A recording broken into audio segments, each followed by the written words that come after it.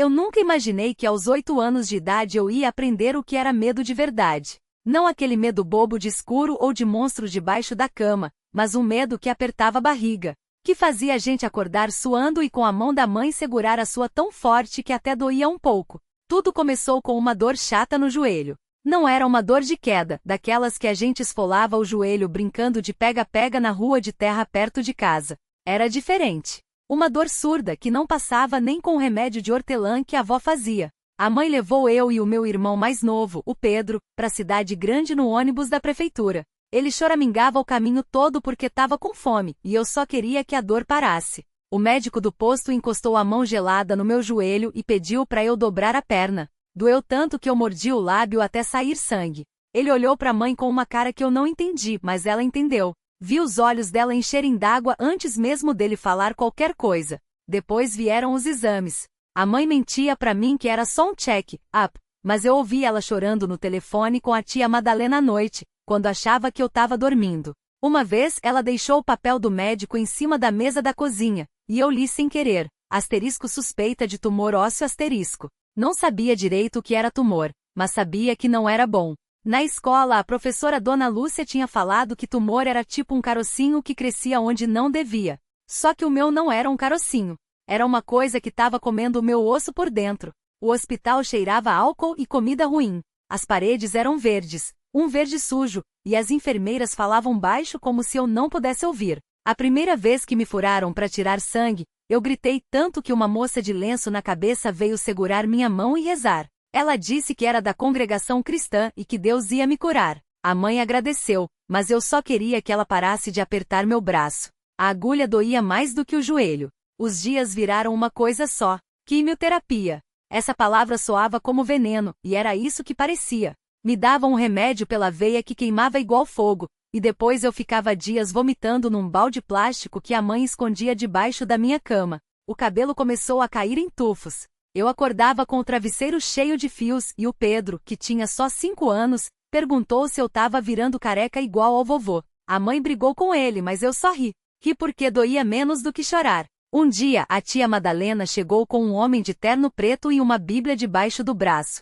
Ele se apresentou como irmão da congregação e disse que a comunidade estava orando por mim. A mãe deixou ele entrar, mas ficou de braços cruzados, desconfiada. O homem pediu para botar a mão na minha cabeça e rezou em voz alta, com umas palavras que eu não entendia direito. Depois, ele olhou nos meus olhos e disse: Deus já te curou, minha filha. É só acreditar. Eu quis acreditar. Deus para mim até então era só uma figura no quadro da sala de aula, um velho de barba branca. Mas se ele podia me tirar daquele inferno, eu aceitava qualquer coisa. As orações viraram rotina. Toda noite, antes de dormir, a mãe e eu ajoelhávamos no chão frio do quarto e ela pedia a Deus para me sarar. Às vezes eu sentia uma coisa quente no peito, como se alguém tivesse botado uma mão grande em cima de mim. Outras vezes, só o silêncio. O médico falava que o tumor tinha diminuído, mas ainda estava lá. É um milagre parcial, a tia Madalena dizia. Eu não sabia o que era um milagre parcial. Para mim, ou estava curada ou não estava. Foi numa sexta-feira que as dores voltaram pior. Acordei com o joelho latejando como se tivesse um martelo batendo lá dentro. A mãe ligou pro hospital, e eles disseram para ir logo. No caminho, o carro engasgou 3 vezes e o pai, que nunca chorava, xingou baixo e bateu no volante. Chegando lá, os médicos me levaram correndo, e a última coisa que vi foi a mãe com as mãos no rosto, o pai segurar ela pelos ombros.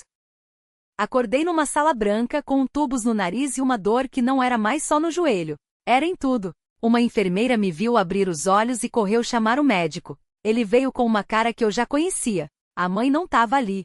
Só o pai, com os olhos vermelhos, segurando um papel amassado. Filha, ele disse, e a voz. Filha, ele disse, e a voz quebrou no meio da palavra. O papel na mão dele tremia. Não precisei perguntar o que era. Já sabia. O médico se aproximou, ajustou os óculos e olhou para mim como se estivesse a escolher as palavras certas para não me assustar mais do que eu já estava. Mas não tinha jeito. Você teve uma infecção grave no joelho. A bactéria se espalhou rápido. Ele fez uma pausa. Tivemos que remover parte do osso. E os ligamentos. Senti o rosto queimar. Não era dor física. Era vergonha. Vergonha de chorar na frente deles, vergonha de não ter sentido nada além daquela febre alta que me derrubou como um saco de pedra. Vergonha de ter deixado chegar nesse ponto. E agora? Perguntei, e minha voz saiu mais firme do que eu esperava. O médico trocou um olhar com o pai antes de responder. Agora a gente controla a infecção com antibióticos fortes. Depois, ele hesitou. Depois a gente vê como fica a recuperação. Pode ser que precise de fisioterapia intensa. Ou uma prótese. Ou uma cadeira de rodas. Ou nunca mais correr como antes. O pai apertou o papel com tanta força que as pontas dos dedos ficaram brancas. Eles falaram em transplante, ele disse, como se estivesse engolindo vidro. Mas a lista é longa. E não é garantia.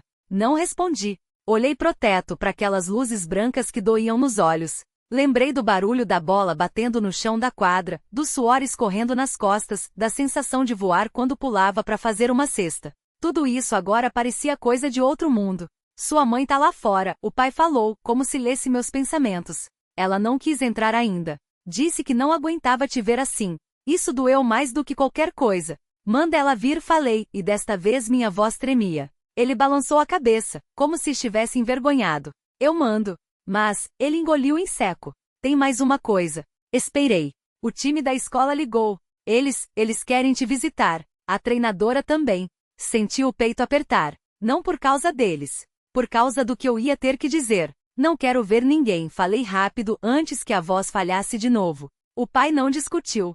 Só assentiu, como se já esperasse por isso. Ele se levantou, passou a mão no cabelo, um gesto que sempre fazia quando estava nervoso, e saiu sem dizer mais nada. Fiquei sozinha com o médico, que mexia em uns papéis sem olhar para mim. Você é forte, ele disse de repente, como se isso fosse ajudar. Já vi casos muito piores. Não respondi, porque força não tinha nada a ver com isso. A porta se abriu devagar, e a mãe entrou com os olhos inchados, como se tivesse chorado o caminho todo até ali. Ela se sentou na beira da cama, segurou minha mão e não disse nada. Não precisava. Eu também não falei. Só apertei os dedos dela, sentindo o peso daquilo tudo cair em cima de mim como uma laje. E pela primeira vez desde que acordei, deixei as lágrimas virem. Não por causa da dor, não por causa do joelho. Porque eu sabia que nada ia ser igual outra vez. O médico saiu sem fazer barulho, fechando a porta com cuidado, como se o som pudesse estragar alguma coisa. A mãe ficou ali, quieta, só o ruído do ar-condicionado preenchendo o espaço entre a gente. Eu não queria soltar a mão dela, mas também não queria que ela visse meu rosto assim, molhado e feio de chorar. A gente vai para casa amanhã. Ela falou baixinho, como se estivesse pedindo permissão. O médico disse que você pode sair, desde que fique de repouso. Assenti, engolindo o que restava das lágrimas. Não perguntei sobre o que ia acontecer depois. Não perguntei sobre fisioterapia, sobre moletas, sobre quanto tempo ia levar até eu conseguir andar direito de novo. Não tinha força para isso. A mãe se levantou devagar, como se tivesse medo de me quebrar, e foi até a janela. Afastou um pouco a cortina, olhando para a rua lá embaixo. O sol já estava baixando, pintando tudo de laranja. Seu pai ligou. Ela disse, ainda de costas. Ele vem te ver amanhã cedo. Não respondi. Não que eu não quisesse ver ele, mas era estranho pensar nisso agora. Meu pai sempre foi daquele jeito, aparecendo quando já tinha passado o pior, como se não soubesse lidar com as coisas no meio do furacão. A mãe voltou para a cama e sentou de novo, dessa vez mais perto. Passou a mão no meu cabelo, como fazia quando eu era pequena e acordava com pesadelo. Você quer que eu ligue para alguém? Para suas amigas? Balancei a cabeça. Não queria ver ninguém. Não queria que a Gal ou a Lu me vissem assim, com a perna imobilizada, parecendo frágil. Não queria ouvir elas dizendo que ia ficar tudo bem, que eu ia voltar para a quadra em pouco tempo. Porque não ia. E a gente duas sabia disso. Acho que só quero dormir, falei, olhando pro teto. Ela não discutiu. Ajeitou o travesseiro atrás das minhas costas, ajudou a me deitar com cuidado, como se eu fosse feita de vidro. Antes de apagar a luz, ficou um tempo parada na porta, como se estivesse decidindo se devia dizer mais alguma coisa. Mas não disse. Só fechou a porta devagar e me deixou sozinha no escuro. Fechei os olhos, mas o sono não vinha. A perna latejava, uma dor surda que não deixava eu esquecer nem por um segundo. Virei a cabeça pro lado e vi a muleta encostada na parede, como um lembrete de que aquilo não era um sonho ruim. Pensei no jogo, no barulho da torcida, no suor escorrendo, na bola quicando no chão. Pensei na sensação de correr, de pular, de sentir o corpo obedecendo sem pensar. E agora? Agora eu ia ter que aprender tudo de novo. Ia ter que olhar para os outros jogando enquanto eu ficava sentada na arquibancada, se é que ia ter coragem de ir. Alguém bateu leve na porta antes de entrar. Era a enfermeira da noite, uma mulher baixa com voz calma. Precisa de alguma coisa, querida? Não respondi rápido demais. Ela não se ofendeu. Chegou perto, checou o soro, ajustou o cobertor. Às vezes a gente acha que não precisa, mas precisa, falou, como se já tivesse ouvido essa resposta 1000 vezes. Se quiser conversar, ou se a dor apertar, é só chamar. Assenti só para ela ir embora. Não queria conversa, não queria remédio. Queria voltar no tempo. Queria que o meu pé não tivesse escorregado naquela merda de poça d'água. Queria que o joelho não tivesse estalado daquele jeito. Mas não adiantava. A enfermeira saiu, e o silêncio voltou. Desta vez não lutei contra as lágrimas. Deixei elas virem de novo, quietas, escorrendo pelo rosto e molhando o travesseiro. Não tinha mais ninguém para ver. E quando finalmente o cansaço venceu, e eu afundei num sono pesado, sonhei que estava correndo. Corria sem parar, sem sentir dor, sem medo. Mas no meio do sonho, olhei para baixo e vi que não tinha chão. Só um vazio escuro se abrindo debaixo dos meus pés. Acordei com o coração batendo forte, a garganta seca. A luz do corredor entrava por baixo da porta, fazendo uma faixa amarela no chão. Olhei pro relógio, 3h20 da manhã. Não ia conseguir dormir de novo. Peguei o celular na mesa de cabeceira. Tinha mensagens, um monte da Gal, da Lu, do técnico, até do Zé que mal falava comigo. Não abri nenhuma. Não tinha o que dizer. Em vez disso, entrei nas fotos. Rolei até achar as do último jogo. Eu sorrindo, suada, com o braço em volta da Gal. A gente parecia invencível. Parecia que nada poderia parar a gente. Guardei o celular de novo, com a mão tremendo um pouco. A dor na perna tinha aumentado, como se... A perna latejava agora, uma pulsação quente que subia do tornozelo até a coxa, como se o osso estivesse tentando furar a pele por dentro. Respirei fundo pelo nariz, apertando os dentes. O médico tinha falado que era normal, que o inchaço ia baixar, que eu só precisava de tempo. Mas tempo era a única coisa que eu não tinha. Levantei com cuidado, apoiando o peso no braço. A muleta estava encostada na parede, onde eu tinha jogado quando cheguei em casa ontem, depois da fisioterapia. Peguei ela sem olhar, arrastando os dedos pelos canos de alumínio frios. Cada movimento doía, mas doía mais ficar parada. No corredor, a luz do teto piscava devagar, como se estivesse com sono também. A casa estava quieta, só o barulho do meu respiro e o rangido da moleta no chão de cerâmica. Passei pela porta do quarto da minha mãe, fechada. Ela tinha deixado um copo d'água em cima da mesa da sala, com um comprimido ao lado, o anti-inflamatório que eu sempre esquecia de tomar. Bebi tudo de uma vez, sentindo o gosto amargo grudar na língua. Na cozinha, abri a geladeira mais pelo hábito do que pela fome. Tinha sobrado um pouco de frango de ontem, um pote de iogurte com a data vencida, meia garrafa de suco. Fechei a porta sem pegar nada. Não tava com vontade de comer. Tava com vontade de gritar. Voltei pro quarto, mas não deitei. Fiquei olhando pela janela, pro pedaço de céu que dava para ver entre os prédios. A lua tava alta, redonda demais, como se tivesse inchado de tanto me observar. Lembrei da última vez que eu tinha visto a lua assim, era no vestiário, depois da semifinal. A Gal tinha apontado para ela e falado que era sinal de sorte. A gente riu, porque já estava ganhando de 3-0 e não precisava de sorte para nada. Agora a sorte tinha virado isso, uma perna quebrada, um time jogando sem mim, um campeonato que estava acabando enquanto eu ficava aqui, contando as rachaduras no teto. O celular vibrou na mesa. Era a Gal de novo.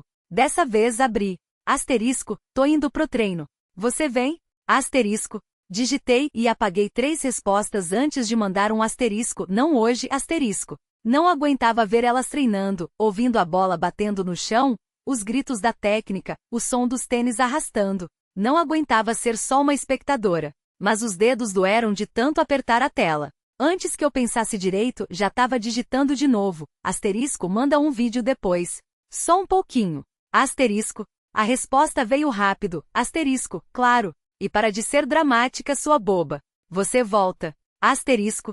Sorri sem querer, mas a dor na perna voltou com tudo, como se estivesse me lembrando que nada era tão simples. Encostei a testa no vidro frio da janela. Lá fora, um carro passou buzinando, e por um segundo imaginei que era o ônibus do time indo pro ginásio. Fechei os olhos. O pior não era a fratura. Não era a muleta, nem os exercícios chatos da fono, nem os olhares de pena que todo mundo me dava. O pior era saber que, enquanto eu estava aqui, o mundo não parava. O campeonato continuava. As meninas continuavam. E eu estava parada no tempo, como se alguém tivesse apertado pause só pra mim. A porta do quarto se abriu sem bater. Minha mãe entrou com uma bandeja, chá de camomila e 2 biscoitos de polvilho que ela sabia que eu adorava, mesmo quando não tava com fome. Asterisco, come alguma coisa, Ana. Você tá magra que dá medo. Asterisco. Asterisco, não tô com fome, mãe. Asterisco, mas peguei um biscoito só pra ela não ficar ali me encarando com aquela cara de asterisco, filha sofrida. Asterisco. O chá queimou um pouco a língua, mas o doce do biscoito ajudou. Asterisco, o técnico ligou. Asterisco, ela sentou na beira da cama, como se fosse uma notícia que precisava de preparação. Asterisco, eles ganharam hoje. 3-2. A Ju fez 2 gols. Asterisco. Engoli seco. A Ju, minha substituta. A Ju, que antes nem era titular. A Ju, que agora estava jogando na minha posição e fazendo gol. Asterisco, que bom pra elas. Asterisco, tentei sorrir, mas deve ter saído torto. Minha mãe suspirou e passou a mão no meu cabelo, como fazia quando eu era pequena e machucava o joelho. Só que dessa vez não era um joelho ralado. Era tudo. Asterisco, você volta, filha. É só uma temporada. Asterisco. Asterisco, não é só uma temporada, mãe. Asterisco, a voz saiu mais alta do que eu queria. Asterisco, é o último ano. É a chance de bolsa. É tudo. Asterisco. Ela não discutiu. Só ficou quieta, olhando para a mão dela no meu cabelo, como se não soubesse o que fazer com as palavras que eu tinha jogado no ar. O celular vibrou na mesa de cabeceira. Era o grupo do time. Abri sem querer, como se fosse um reflexo, um hábito que ainda não tinha morrido. Asterisco, galera, amanhã treino extra às 7. Prepara que a gente vai se magoar esse time de São Paulo. Asterisco. Segui a conversa rolando, mensagens se acumulando, emojis de fogo, corações, mãos levantadas. Todas elas ali juntas, e eu do outro lado da tela, como se tivesse sido apagada do grupo sem ninguém perceber. Fechei os olhos de novo. O barulho da rua parecia mais alto agora, risadas de crianças brincando na calçada, um cachorro latindo, o som de uma bola batendo no chão. Respirei fundo e peguei a moleta encostada na cadeira. Arrastar ela pelo quarto era um saco, mas precisava sair dali antes que a parede começasse a sufocar. Asterisco, vou na varanda. Asterisco, falei mais pra mim mesma do que pra minha mãe. Ela não respondeu. Só ficou olhando enquanto eu me equilibrava na porta, a muleta rangendo a cada passo. O corrimão da escada era gelado, mas segurei com força, descendo devagar, como se cada degrau fosse uma decisão. Lá fora, o ar cheirava a terra molhada. A chuva tinha parado fazia pouco, e as poças na calçada refletiam as luzes do poste. Me apoiei na grade da varanda e olhei pro céu. Não tinha estrelas, só um cinza pesado. Como se o tempo também tivesse parado por aqui. Alguém assobiou lá embaixo. Levantei a cabeça e vi o Vitor, meu vizinho, encostado no muro com a bike. Asterisco, e aí, craque? Já tá de volta? Asterisco. Balancei a cabeça, sem graça. Asterisco, tá brincando, né? Asterisco. Ele riu e jogou uma pedra no chão, como sempre fazia quando tava sem jeito. Asterisco, tô indo pro campo. Quer vir? Asterisco. Olhei pra muleta. Pra minha perna engessada. Pra tudo que eu não podia ser naquele momento. Asterisco, não dá, Vitor.